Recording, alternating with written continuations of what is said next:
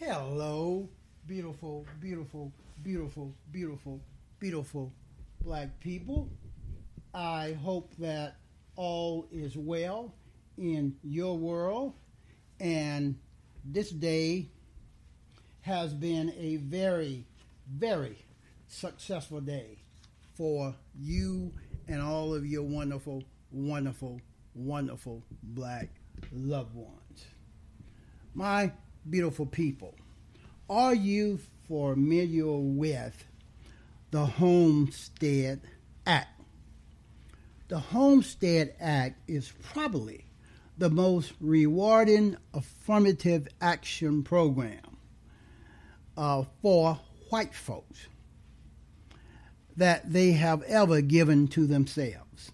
Beginning in 1865, after the ending of the Civil War, 250 million acres of land right here on this plantation called America, nearly the size of California and Texas combined, were given away to white folks. Many of these white folks had actually participated in the Southern State Confederate State Rebellion against America.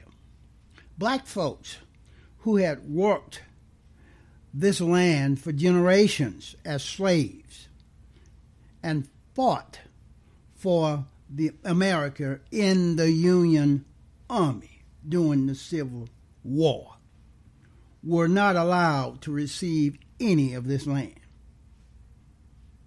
That is akin to giving Al Qaeda members charged land in Manhattan while telling the U.S. soldiers to go to hell. As many as 640 acres for each white family, an acre being about the size of a football field, and 640 acres being about 1 square mile, were simply snatched from the Native Americans and given to white folks. The Homestead Act of 1865, my beautiful, intelligent black brothers and sisters. How did white folks get so rich? They gave themselves many privileges, many affirmative actions programs, as these white folks refused to give black folks any land.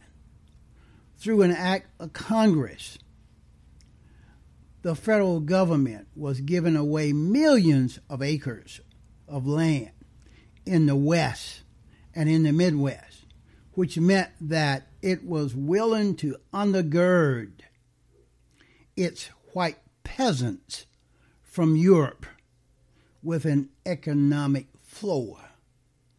But not only did they give these white folks from Europe land, they built land-grant colleges with government money to teach them how to farm the land.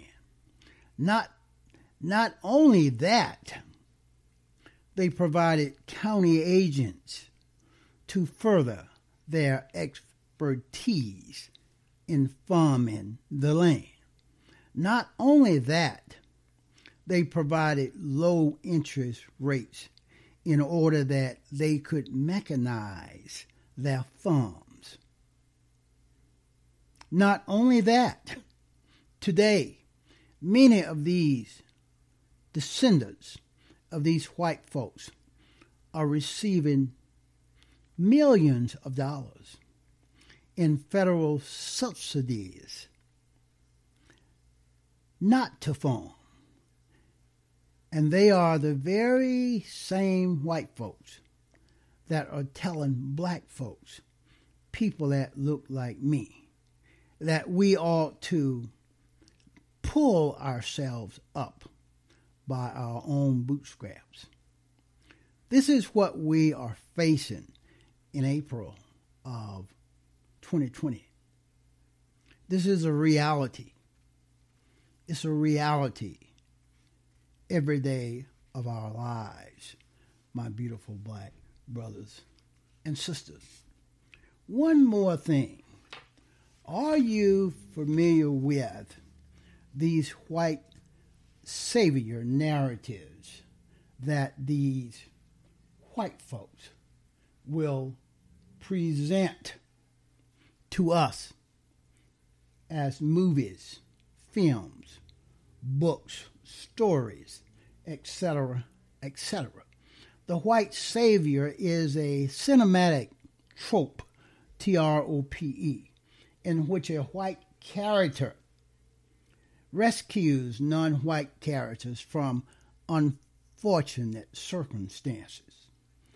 This trope appears in an array of genres of films in American cinema, wherein a white protagonist is portrayed as a messianic figure who often learns something about himself or herself in the course of rescuing these non-white characters from their plight. This narrative, this trope narrative of the white savior is one way that mass communication medium of cinema represents the sociology of race and ethnic relations by presenting abstract concepts such as morality as characteristics that are only innate racially and culturally to white folks, not ever to be found in black folks or non-white folks. This white savior is often portrayed as a man who's out of place within his own society until he assumes the burden of racial leadership to rescue non-white folks and foreigners from their suffering. As such, this white savior story have been described as essentially grandiose, expeditionistic, and narcissistic fantasies of psychological compensation needed by these white folks. And these white savior cinemas are supposedly based on a true story. Secondly, it features a non-white group of people who experience conflict and struggle with others that is particularly dangerous or threatening to their lives and livelihood. Then a white person, the savior, enters the milieu, and through their sacrifices,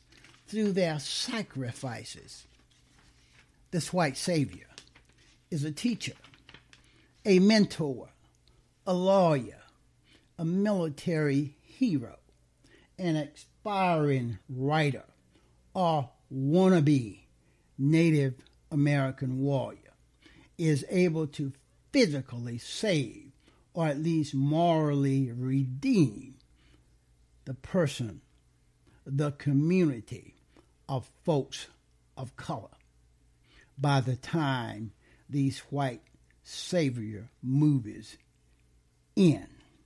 These types are stories. For example, Up the Down Staircase, Dangerous Minds. Remember those? White trope narratives. White trope narratives. 12 Years a Slave. Just another slave movie which racist white Hollywood loved to make and present to the world. 42. The Air Up There. Amistad, Avastar, The Blind Side, Blood Diamond. I could go on and on, naming these white savior trope narratives that these racist, dumb white folks are presenting to black folks. Just another way to degrade black folks. Just another way to demoralize black folk. Just another way to suggest that white folks are superior. Just another way to sustain, to push forward that white supremacy ideology. That's what I have on this one.